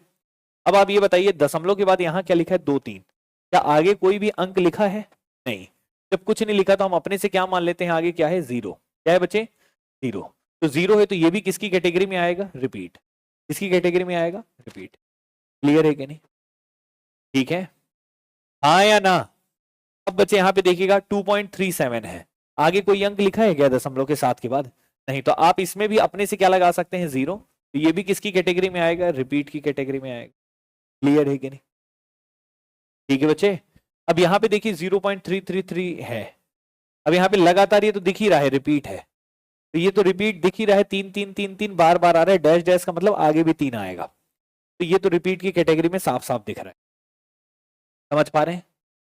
अब आप ये बताइए यहाँ पे 0.57777 है, आगे भी 7 होगा, तो ये भी किसकी कैटेगरी में आएगा, रिपीट के। लेकिन ये जो लास्ट वाला दिख रहा है, पॉइंट के बाद क्या लिखा है 2, फिर क्या लिखा 3, फिर क्या लिखा 8, फिर 7 9 6 4 5, आगे क्या होगा आपको पता है? नहीं पता। जैसे यहां पता था 7 के आगे कुछ नहीं लिखा है मतलब 0 होगा, यहां पता था 3 के डैश लगा है तो 3 3 3 होगा, यहाँ पे 7 के बाद डैश था तो मतलब 7 7 7 होगा, लेकिन 5 के बाद कुछ लिखा है क्या यहाँ पे? नहीं। और नहीं लिखा है मतलब आगे क्या होगा, क्या आपको पता है? नहीं पता। आपको पता है? नहीं पता, तो ये किस कैटेगरी में आएगा, नॉन रिपीट। इसकी कैटेगरी में आएगा नॉन रिपीट, तो रिपीट नहीं कर रहा। क्लियर है कि नहीं? अब मन में आपके सवाल उठा होगा सर ये रिपीट और नॉन रिपीट पढ़ा क्यों रहे हैं, इसके पीछे का रीजन क्या है? तो उसके लिए थोड़ा पेशेंस आपने जो रखा, अब वो ध्यान से सुनिएगा तो समझ में आ जाए। तो यहाँ पे मैंने बोला ये किस कैटेगरी में था बच्चे, रिपीट वाले में। किस में था बच्चे, ये रिपीट वाले में था। क्यों था, समझ में आया सभी को? और यहाँ पे ये जो है ये नॉन रिपीट की कैटेगरी में। तो एक खास बात बताता हूं, जब दशमलव के बाद कोई अंक रिपीट करता है तो उसको हम हटा सकते हैं, दशमलव को हटा सकते हैं। इसको हटा सकते हैं, और दशमलव को हटा सकते हैं। हटाने का मतलब उसको क्या कर सकते हैं, टर्मिनेट कर सकते हैं। क्या कर सकते हैं, टर्मिनेट। टर्मिनेट करने का मतलब होता है हटाना, टर्मिनेट करने का मतलब होता है हटाना। किसे हटाना, दशमलव को। किसको हटाना, दशमलव को। तो डेसिमल को हम टर्मिनेट कर सकते हैं, दशमलव को हम हटा सकते हैं। हिंदी में क्या बोलेंगे, दशमलव। दशमलव को हम क्या कर सकते हैं, हटा सकते हैं। दशमलव को हटा के किस रूप में लिख सकते हैं, P/Q। किस रूप में लिख सकते हैं, P/Q। जो ऊपर में P दिख रहा है इसको हम लोग इंग्लिश में क्या बोलते हैं, न्यूमरेटर। क्या बोलते हैं, न्यूमरेटर। और जो नीचे दिख रहा है उसको क्या बोलते हैं, डिनोमिनेटर। हिंदी में ऊपर वाले को अंश बोलते हैं। क्या बोलते हैं, अंश। और नीचे वाले को क्या बोलते हैं, हर। तो हम क्या करते हैं, जब दशमलव के बाद कोई अंक रिपीट करता है तो रिपीट वाले को हम क्या कर सकते हैं, टर्मिनेट कर सकते हैं। और टर्मिनेट करने के बाद किस रूप में हम लिख सकते हैं, P/Q। किस रूप में लिख सकते हैं, P/Q। और हम P/Q के रूप में लिख सकते हैं किसे, जो रिपीट करता है। जो क्या करता है, रिपीट। कैसे, आइए हम आपको लिख के दिखाते हैं। जैसे यहाँ पे 0.5 है, ये रिपीट वाला ही है। हम डेसिमल को हटाएंगे अगर, तो यहाँ पे डेसिमल को हटाने के बाद नीचे क्या आ जाएगा, 10। क्या आ जाएगा, 10। जैसे डेसिमल हटाओगे 1 आएगा, उसके साथ क्या आ जाएगा, 0। क्या बात क्लियर है? अब ये हटाने के, ये करने हटा दिए, और ये किस रूप में आ गया, P/Q। P है 5, Q है 10। सही है कि नहीं? यहां पे भी अगर आप दशमलव हटाते हैं तो ये 2 3 है, और बटे में क्या आ जाएगा, 10। 10 नहीं आएगा, क्या आ जाएगा, 100। क्योंकि दशमलव के बाद कितने अंक है, 2 अंक है। तो 2 अंक है तो 2 0 आ जाता है। क्लियर है कि नहीं? यहां पे देखेंगे कि अगर हम यहाँ पे देखते हैं तो 237 पूरा लिखेंगे, दशमलव जैसे हटाएंगे तो नीचे कितने 0 आ जाएगा, 2 0। कितने 0 आ जाएगा, 2 0। जितने अंक होते हैं दशमलव के बाद उतने 0 आ जाते हैं, जानते हो? तो ये भी P/Q के रूप में आ गया, ये भी P/Q के रूप में आ गया, ये भी P/Q के रूप में। क्लियर है कि नहीं? अब आप ये बताओ, यहां पे देखो कि दशमलव के बाद 3 3 3 रहे, यहां पे तो रिपीट कर रहा है। कौन सा रिपीट कर रहा है, 3। तो जो रिपीट करता है याद रखिएगा उसके ऊपर हम क्या लगा देते हैं, बार। क्या लगा देते हैं, बार। याद रखिएगा जो अंक रिपीट करता है उसके ऊपर हम क्या लगा देते हैं, बार। बार लगाने से आपको बार बार लिखना नहीं पड़ता, एक ही बार में काम बन जाता। क्लियर है ना? मतलब ये डिफाइन करता है कि आगे अंक रिपीट कर रहा है। और जब भी कोई अंक के ऊपर बार लगा हो तो बच्चे उसे भी हम P/Q के रूप में लिख सकते हैं। उसे भी हम किस रूप में लिख सकते हैं, P/Q। कैसे लिखते हैं ये बताते हैं, लेकिन इसके बारे में डिटेल में क्यों लिखते हैं ये सारी जानकारी मैं आपको पढ़ाऊंगा जब मैं आपको पढ़ाऊंगा फ्रैक्शन। क्या पढ़ाऊंगा, फ्रैक्शन। फ्रैक्शन करके एक टॉपिक होगा जिसको हिंदी में क्या बोलते हैं, भिन्न। उसमें मैं पढ़ाऊंगा डेसिमल, रिकरिंग डेसिमल फ्रैक्शन, जिसको हिंदी में बोलते हैं पुनरावृत्त दशमलव भिन्न। तो वहां पे हम बताएंगे, क्लियर है कि नहीं। लेकिन अभी हम उसके बारे में बात नहीं करेंगे, अभी डायरेक्ट आपको बदलना बताएंगे बस, क्लियर है। तो यहाँ पे जैसे 3 के ऊपर बार लगा है, तो बार हटाने के लिए नीचे क्या ले आते हैं, 9। क्या ले आते हैं, 9। जितने अंक के ऊपर बार होता है उतने नीचे क्या आ जाते हैं, 9। क्लियर है। जैसे 1 अंक के ऊपर बार है तो नीचे कितना 9 आएगा, 1 9। क्लियर है कि नहीं। अब मन में सवाल उठेगा, सर ये कैसे आ रहा है, क्यों आ रहा है। तो मैं फिर से बोलूंगा, ये मैं आपको फ्रैक्शन में पढ़ाऊंगा, अभी नहीं पढ़ाऊंगा। क्लियर है कि नहीं। तो बस अभी इतना याद रखिएगा, 1 अंक के ऊपर बार है तो बच्चे नीचे कितना 9 आ जाएगा, 1 9। क्लियर है। तो ये बताइए, ये भी पी बटा क्यू के रूप में आ गया कि नहीं आ गया, हाँ या ना। तो जो रिपीट कर रहे थे उन सबको आपने किस रूप में परिवर्तित कर लिया है, पी बटा क्यू। अब यहां पे देखिएगा, यहां भी कौन सा अंक रिपीट कर रहा है, 7। कौन सा रिपीट कर रहा है, तो यहां पे अगर आप लिखेंगे तो 0.5 है, और कौन सा अंक रिपीट कर रहा है, 7। तो 7 के ऊपर बार लगा दीजिए, इसके ऊपर बार लगा दीजिए, 7 के ऊपर। अब इसे भी पी बटा क्यू के रूप में परिवर्तित कर सकते हैं, कैसे मैं बताता हूं। जैसे दशमलव के बाद 5 है और 7 के ऊपर बार है, तो पहले जो भी दशमलव के बाद अंक है उसको लिख दीजिए, 5 7 लिख लिए। अब जिसके ऊपर बार नहीं है उससे क्या कर दीजिए, माइनस। किसके ऊपर बार नहीं है बच्चे, 5, तो 5 से क्या कर दीजिए, माइनस। ये बात क्लियर है, समझ में आ रहा है। 5 को क्या कर दीजिए, माइनस। अब जितने अंक के ऊपर बार है उतने नीचे क्या लगा दीजिए, 9, और जिसके ऊपर बार नहीं उतने क्या लगा दीजिए, 0। ये बात क्लियर है। 1 अंक के ऊपर बार है तो एक 9 लगा दीजिए, 1 अंक के ऊपर बार नहीं है तो एक 0 लगा दीजिए। पहले बताएं यहां तक क्लियर है कि नहीं। तो ये क्या आ गया, 57 माइनस 5 अपॉन क्या आ गया, 90। पहले बताइए यहां तक क्लियर है कि नहीं। एक बार फिर से बताता हूं, ये कैसे किए हैं मैं फिर से बोलूंगा आपको, मैं फ्रैक्शन में पढ़ाऊंगा। किसे पढ़ाऊंगा, फ्रैक्शन में। तो अभी इसमें दिमाग मत लगाइए, बस इतना याद रखिए, इसको हम पी बटा क्यू के रूप में परिवर्तित कर सकते हैं। कैसे किए हैं फिर भी बता देता हूँ। दशमलव के बाद 5 7 है तो 5 7 लिख लिए पूरा, 57। और जितने के ऊपर बार नहीं है उससे क्या कर देते हैं, माइनस। और जिसके ऊपर बार होता है उतने 9 लगाते हैं, और जितने के ऊपर बार नहीं होता उतने क्या लगाते हैं, 0। और इस तरीके से पी बटा क्यू के रूप में आ जाता है।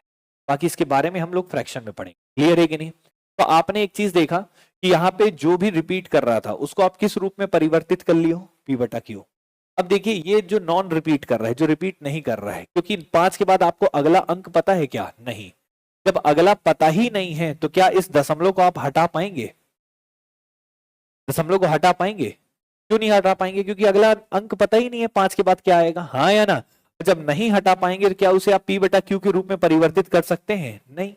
तो मतलब क्या है, जो नॉन रिपीट करता है, जो रिपीट नहीं करता, उसको आप टर्मिनेट नहीं कर सकते, और उसको टर्मिनेट नहीं कर सकते तो पी बटा क्यू के रूप में नहीं लिख सकते।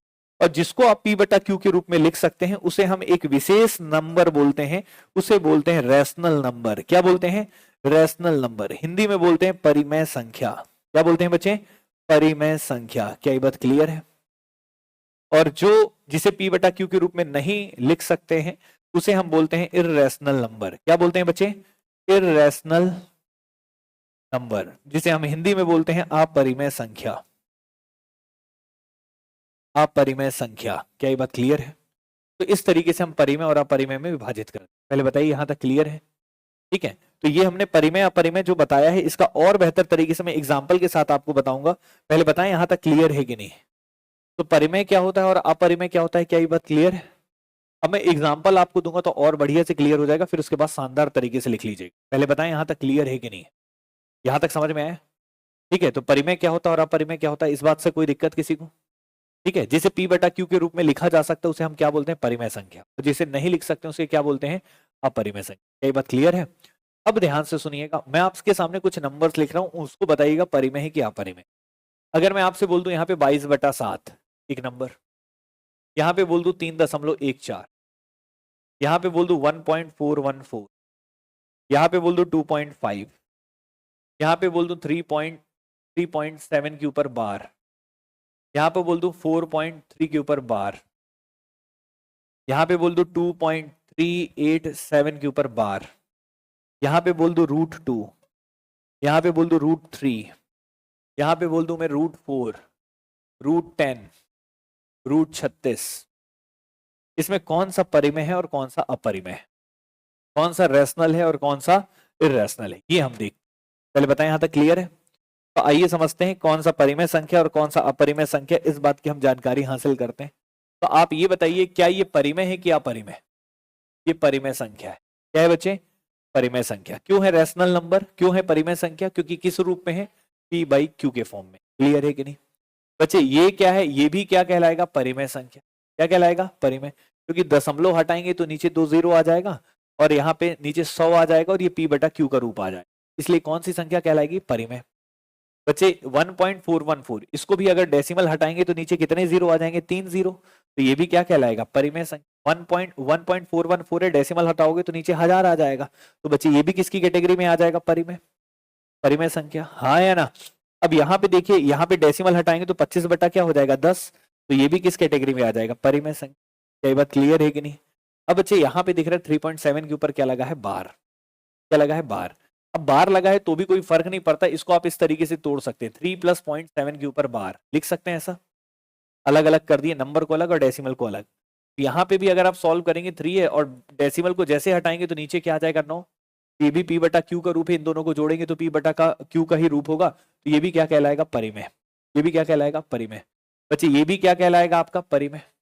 ये भी क्या कहलाएगा बच्चे, परिमेय, क्योंकि सबको p बटा q के रूप में लिख सकते हैं। क्लियर है कि नहीं, पहले बताइए यहाँ तक क्लियर है कि नहीं है। अब मैं एक और एग्जांपल आपके सामने रखता हूं जो नहीं लिखा था, यहाँ पे लिख लेता हूं मैं पाई। क्या लिख लेता हूं, पाई। अब ये बताओ यहां तक समझ में आया है कि नहीं है, ये पाई परिमेय है कि अपरिमेय। पाई क्या है, देखो पाई का मान तुम मान के चलते हो क्या, 22/7 मानते हो। अगर वाकई में 22/7 ओरिजिनल वैल्यू होती तो ये परिमेय होता, लेकिन 22/7 एक्चुअल वैल्यू नहीं होती। आप सोचते हो कि 3.14, ये भी एक्चुअल वैल्यू नहीं होती। ये जो वैल्यूज हैं ये सब अप्रॉक्स वैल्यू हैं। कौन सी वैल्यू है, अप्रॉक्स का हिंदी क्या होता है, लगभग। पाई का एग्जैक्ट मान कोई नहीं निकाल पाया है आज तक। क्लियर है कि नहीं, पाई का ओरिजिनल मान निकाल ही नहीं सकते हो। क्लियर है कि नहीं है, बहुत सारा आगे 3.1437845 ऐसे करके बहुत लंबा जाता है, तो पाई का मान कोई निकाल नहीं सकता। अब पाई का मान नहीं निकाल सकते हो, ये 3.14 और 22/7 केवल कैलकुलेशन को आसान करने के लिए, सॉल्व करने के लिए हम अपने से मान लेते हैं कि पाई का मान ये है। क्लियर है कि नहीं है, ओरिजिनल वैल्यू पाई का नहीं निकाल सकते। तो ये भी अपुनरावृत के फॉर्म में होती है, नॉन रिपीटिंग के फॉर्म में होती है पाई की वैल्यू। तो नॉन रिपीटिंग के कारण ये क्या होता है, अपरिमेय संख्या। क्या होता है बच्चे, अपरिमेय संख्या। क्या ये बात क्लियर है, 22/7 जरूर परिमेय है, लेकिन पाई क्या है, अपरिमेय। याद रहेगा ये बात, क्योंकि पाई का एक्चुअल मान ये नहीं होता। क्या ये बात क्लियर है, ये माना हुआ मान होता है, केवल कैलकुलेशन को इजी करने के लिए। बात समझ पा रहे हैं, कोई दिक्कत तो नहीं है। तो पाई क्या हो गया बच्चे, अपरिमेय संख्या। क्या हो गया बच्चे, अपरिमेय संख्या। अब आप ये बताइए, रूट 36 का रूट निकालेंगे तो क्या आता है, आप जानते हैं 6, और 6 का मतलब क्या हो गया, 6/1। क्या ये भी p बटा q का रूप हो गया, तो ये भी क्या कहलाएगा बच्चे, परिमेय। क्या कहलाएगा बच्चे, परिमेय। अब बताइए यहां तक क्लियर है। 4 का मतलब क्या होता है, 2, तो 2 मतलब 2/1, तो ये भी क्या कहलाएगा, परिमेय। क्या ये बात क्लियर है बच्चे, हाँ या ना। अब यहाँ पे क्या दिख रहा है, √2। क्या दिख रहा है, √2। अब √2 की वैल्यू जो होती है ना, वो एक्चुअल वैल्यू 1.414, बहुत लोग पढ़ाते हैं कि 414 होती, ये एग्जैक्ट नहीं होती बच्चे, अप्रॉक्स वैल्यू होती। क्या होती है, अप्रॉक्स। और इसका भी वैल्यू कोई व्यक्ति नहीं निकाल सकता। जैसे √2, √3, जो संख्या पूर्ण वर्ग नहीं होती उसका रूट आप नहीं निकाल सकते, एग्जैक्ट वैल्यू नहीं निकाल, वास्तविक मान नहीं निकाल सकते, लगभग मान लेते हैं कैलकुलेशन को आसान करने के लिए। तो जो एग्जैक्ट मान दे ही नहीं सकता, तो क्या उसे p बटा q के रूप में लिख सकते हैं, नहीं। इसलिए ये भी क्या कहलाता है, अपरिमेय संख्या। क्या कहलाता है बच्चे, अपरिमेय। क्लियर है, तो याद रखिएगा, जो पूर्ण वर्ग होते हैं, जो क्या होते हैं, पूर्ण वर्ग, जैसे 4, जैसे 9, जैसे 16, जैसे 25, जैसे 36, जैसे 64, जो स्क्वायर होते हैं, किसी के वर्ग होते हैं, उनका रूट निकालेंगे तो वो सब क्या कहलाएंगे, परिमेय। वो सब क्या कहलाएंगे। लेकिन जो नॉन परफेक्ट स्क्वायर होते हैं, जो पूर्ण वर्ग नहीं होते, उनका रूट निकालेंगे तो वो हमेशा क्या होते हैं, अपरिमेय। हमेशा क्या होते हैं, अपरिमेय। जैसे √3 भी क्या है, एक अपरिमेय संख्या। क्या बात क्लियर है। √10 का भी रूट आपने नहीं पढ़ा होगा, एग्जैक्ट नहीं होता है। क्लियर है कि नहीं है, ठीक है। तो ये भी क्या कहलाएगा, अपरिमेय। ठीक है, तो ये सब अपरिमेय है, ये परिमेय है। पहले बताएं यहां तक क्लियर है कि नहीं। तो किसी भी संख्या का रूट निकालते हैं, अगर वो परफेक्ट स्क्वायर नहीं है तो वो सब क्या होता है, अपरिमेय। क्या होता है, अपरिमेय। और जो परफेक्ट स्क्वायर होते हैं उसका रूट निकालेंगे तो क्या होगा, परिमेय। पहले बताएं यहां तक क्लियर है। तो कहानी क्या थी हमारी, परिमेय और अपरिमेय की, ये था उसका एग्जाम्पल। पहले बताएं यहां तक समझ में आया कि नहीं है, पहले इतना क्लियर है। क्या आप इसे लिखना चाहेंगे, तो आप पहले उसको लिखेंगे कि इसको लिखेंगे, तो उसको पहले लिख लो, फिर इस पे आते हैं, ठीक है, आराम से लिख लो। तो मैंने आपको परिमेय और अपरिमेय की कहानी बता दी है, पहले लिख लीजिए इसको आराम।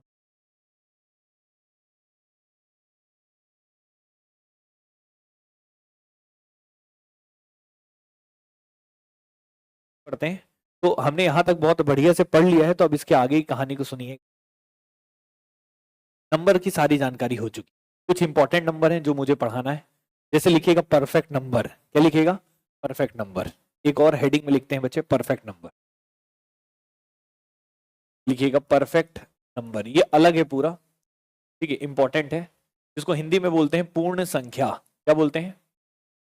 पूर्ण संख्या। तो देखो, होल नंबर को भी पूर्ण संख्या बोला जाता है, परफेक्ट संख्या को भी पूर्ण संख्या, दोनों को, क्लियर है ना? अब परफेक्ट नंबर क्या होता है, इस बात पे चलते हैं, ध्यान से देखिए। तो ऐसी संख्या जिसके गुणनखंडों का योग उस संख्या के बराबर हो, ऐसी संख्या जिसके गुणनखंडों का योग उसके बराबर हो, उसे हम क्या बोलते हैं? पूर्ण संख्या। कि भाई उस संख्या को छोड़कर, इसका मतलब क्या है तब समझ में आएगा। एग्जांपल देता हूं, जैसे मान लो एक नंबर मैंने रख दिया बच्चे आपके सामने 8, क्या रख दिया? 8। अब ये 8 जो है ये परफेक्ट नंबर है कि नहीं है, ये पता कैसे चलेगा?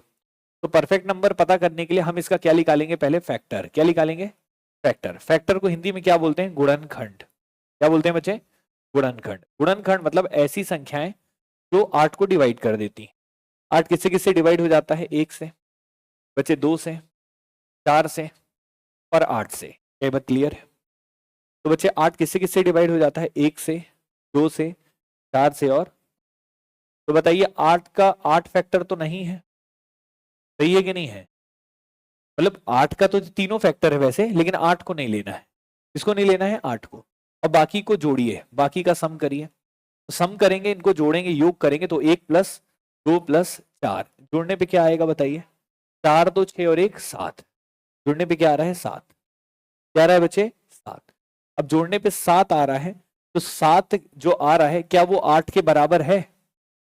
नहीं है, इसलिए ये परफेक्ट नंबर नहीं है। क्लियर है? देखते हैं फिर कौन सा परफेक्ट नंबर होगा। एक नंबर और उठाते हैं, 6। क्या उठाते हैं? 6। अब 6 के भी गुणनखंड लिखते हैं। 6 किससे किससे भाग जाता है? 1 से, 2 से, 3 से और 6 से। 6 को नहीं लेना है, जो संख्या है उसको नहीं लेना है, बाकी को जोड़ते हैं। जोड़ने पे बताइए कितना आएगा? 3 2 5 और 1 6। तो बिल्कुल क्या इसके बराबर आ रहा है? तो ये क्या कहलाएगा? Perfect number. क्या कहलाएगा? Perfect number. क्लियर है कि नहीं? और कौन सा होता है और देखते हैं। एक n = मैं लिखता हूं 28। क्या लिखता हूं? 28। अब 28 के फैक्टर कौन कौन है? 28 किससे किससे डिवाइड होता है? 1 से जाता है, 2 से जाता है, 4 से जाता है, 7 से भी जाता है, ठीक है, 14 से जाता है और 28 से जाता है। लेकिन 28 को लेना है क्या? नहीं, बाकी को जोड़ लेते हैं। 14 7 क्या हो जाएगा? 21, 21 4 क्या हो जाएगा? 25, 25 2 क्या हो जाएगा? 27 और 27 और 1 जोड़ेंगे क्या हो जाएगा? 28। क्या ये जोड़ने के बाद 28 आ रहा है? तो ये क्या कहलाएगा? Perfect number. क्या कहलाएगा बच्चे?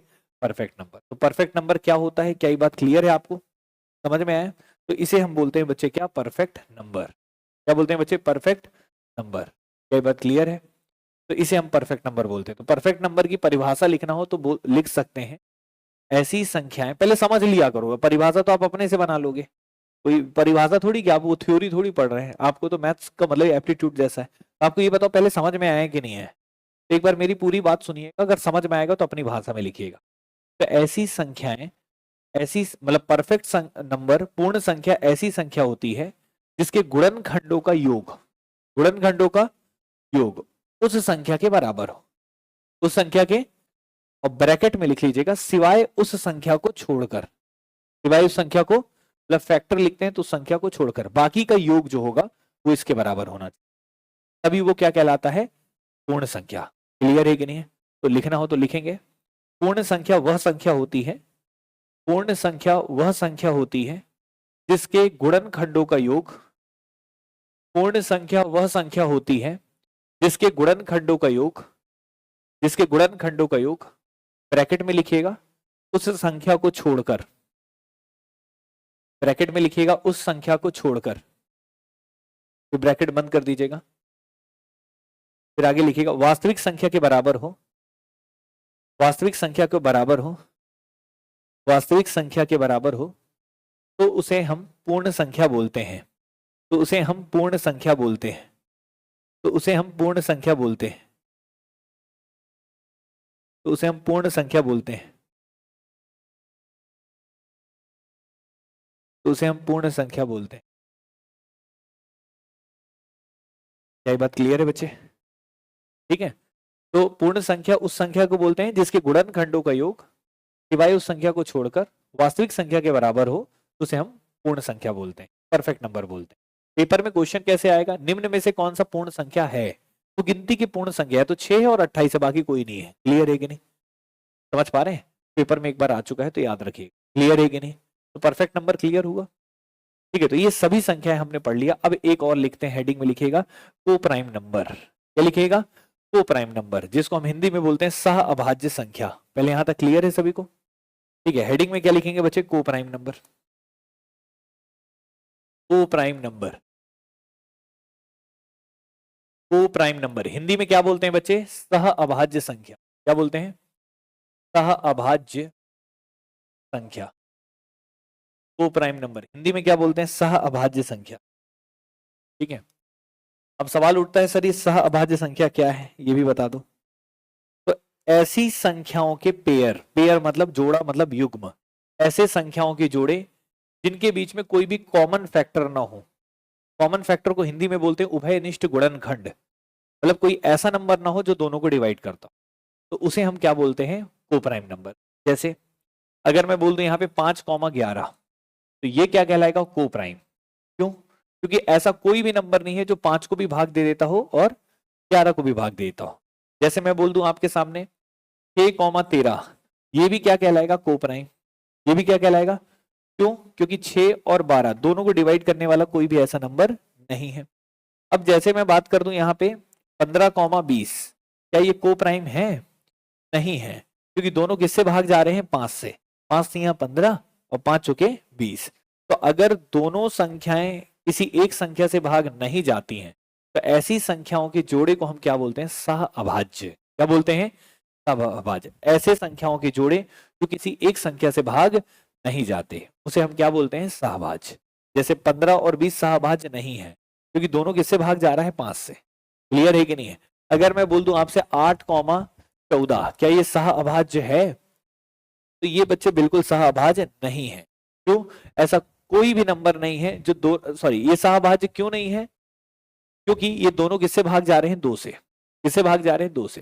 तो ऐसे नंबर के जोड़े जो किसी भी नंबर से भाग ना जाए, ठीक है, दोनों किसी एक से ना जाए, किसी एक नंबर से भाग ना जाए, उसे हम क्या बोलते हैं? सहभाज्य। ये भी कह सकते हैं कि उन दोनों संख्याओं का, उन दोनों संख्याओं में कोई भी कॉमन फैक्टर ना हो, तो लिख सकते हैं नो कॉमन फैक्टर। क्या होना चाहिए? No common factor. कोई भी उभयनिष्ठ गुणनखंड ना हो, कोई भी उभयनिष्ठ गुणनखंड ना हो दोनों के बीच में, या फिर दोनों का एचसीएफ क्या हो? 1। एचसीएफ 1 होने का मतलब दोनों में कोई भी कॉमन ना हो, केवल 1 हो। क्लियर है कि नहीं? तो ऐसे नंबर को हम क्या बोलते हैं? सह अभाज्य संख्या। क्या बोलते हैं? सह अभाज्य संख्या। पहले बताएं, यहां तक क्लियर है? तो ऐसे संख्याओं के जोड़े जिसमें कोई भी कॉमन फैक्टर ना हो, कोई भी उभयनिष्ठ गुणनखंड ना हो, उसे हम क्या बोलते हैं? सहभाज्य। ये बात क्लियर है? ऐसा कोई भी नंबर ना हो जो दोनों को डिवाइड करे, तो उसे हम क्या बोलते हैं? सहभाज्य। क्लियर है कि नहीं? बताइए बच्चे, क्लियर है कि नहीं? समझ में आ रहा है? कोई समस्या? बच्चों क्लियर है? आपको सहभाज्य भी क्लियर हो गया? ठीक है, अच्छा, अब एक चीज और लिखना। ठीक है, यहां तक क्लियर है सभी को? इसको नोट डाउन कर लिया है आपने? अब एक चीज और लिखिएगा बच्चे।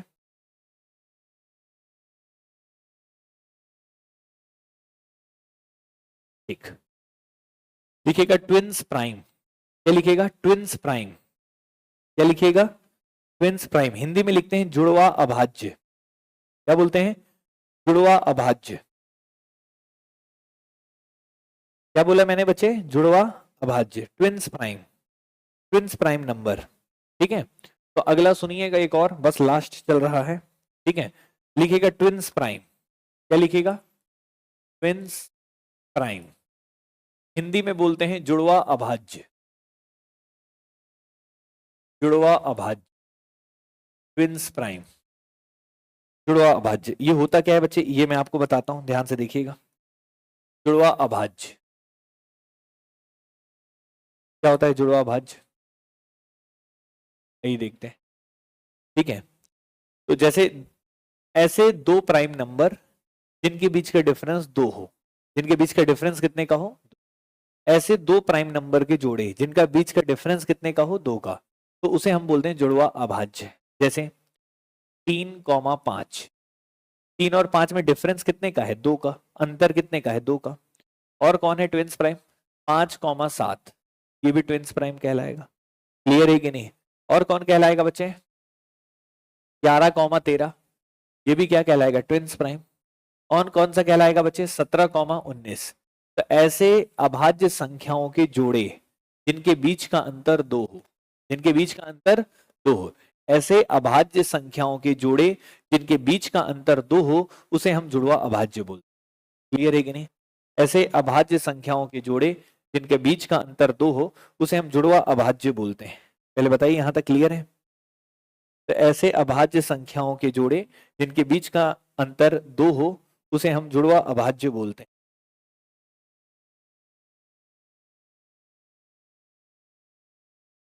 बच्चे क्लियर है यहां तक, समझ में आए। ठीक है,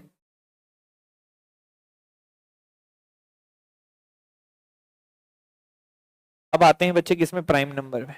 किसमें आते हैं, अच्छा प्राइम नंबर तो पढ़ा चुका हूं ना। अब एक चीज बताना है बस प्राइम नंबर से रिलेटेड, फिर खत्म है टॉपिक। पहले बताएं यहां तक क्लियर है कि नहीं, जुड़ा अभाज्य क्लियर हुआ, हाँ या ना। अब अभाज्य संख्या में एक बात याद रखिएगा, जो लिखे तो वहीं पे चाहो तो लिख लेना जो मैं बताने वाला हूं। मैं अगर आपसे पूछता हूं 1 से लेकर 50 के बीच में कितने प्राइम नंबर होते हैं, कल मैंने बताया था क्या। और 1 से लेकर 100 के बीच में, 1 से लेकर 200 के बीच में, 1 से लेकर 500 के बीच में, और 1 से लेकर 1000 के बीच में, सब लिख लेते हैं। क्लियर है। तो याद रखिएगा बच्चे, 1 से लेकर 50 के बीच में कितने प्राइम नंबर होते हैं, 15। और 1 से 100 के बीच में कितने होते हैं बच्चे, 25। 1 से लेकर 200 के बीच में होते हैं 46। क्लियर है।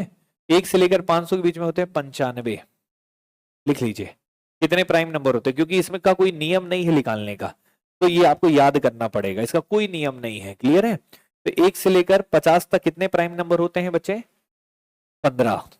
1 से लेकर 50 तक 15, 1 से लेकर 100 तक 25, और 1 से लेकर 200 तक 46, और 1 से लेकर 500 तक 95। कितने प्राइम नंबर हैं, 95। रट लीजिएगा, इसको रटना पड़ेगा। और 1 से लेकर 1000 तक होते हैं 168। कितने होते हैं, 168। क्योंकि इसका डायरेक्ट तरीका नहीं है बच्चे निकालने का, इसलिए आपको याद करना पड़ेगा। क्लियर है कि नहीं। कई बार एग्जाम में डायरेक्ट पूछ लेता है कि 1 और 1000 के, 1 से लेकर 1000 तक के बीच में कितनी अभाज्य संख्याएं हैं। अगर याद होगा तो बनेगा, नहीं तो नहीं बनेगा। ये फैक्ट्स हैं। क्लियर है कि नहीं है। इसमें कोई नियम, कोई भी तरीका नहीं है निकालने का। क्लियर है कि नहीं। तो ये हमने थ्योरी के फॉर्म में जो फैक्ट्स बन सकता था वो भी बता दिया। पहले बताएं इतना क्लियर है। तो मैंने आपको सभी संख्याओं की जानकारी शुरू से लेकर लास्ट तक दे दिया। हमें सिर्फ संख्या से शुरू किया था और खत्म यहाँ पे। क्लियर है कि नहीं। सभी संख्याओं को बढ़िया से रिवीजन कर लीजिएगा, और इसके साथ क्लासिफिकेशन नंबर्स पूरा कंप्लीट होता है। इसके बारे में हम बहुत सारे चैप्टर्स में बीच बीच में पढ़ेंगे। जैसे मैं बाइनोमियल थ्योरम पढ़ाऊंगा, ठीक है, उसमें बच्चे कुछ क्वेश्चन, बाइनोमियल भी होता है, काफी इजी क्वेश्चन होते हैं, ठीक है, रिमाइंडर निकालने वाले, तो उसमें इन संख्याओं का यूज हो। क्लियर है कि नहीं। तो उस वक्त हम आपको बताएंगे, लेकिन आज के लिए इतना काफी है। अब नेक्स्ट क्लास में हम नेक्स्ट टॉपिक लेके चलेंगे। पहले बताएं यहां तक क्लियर है, सभी को समझ में आए। तो आज के लिए इतना काफी है, इसको बढ़िया से नोट डाउन कर लीजिएगा, कोई डाउट हो जरूर बताइए। ठीक है, चलिए, थैंक यू बच्चों।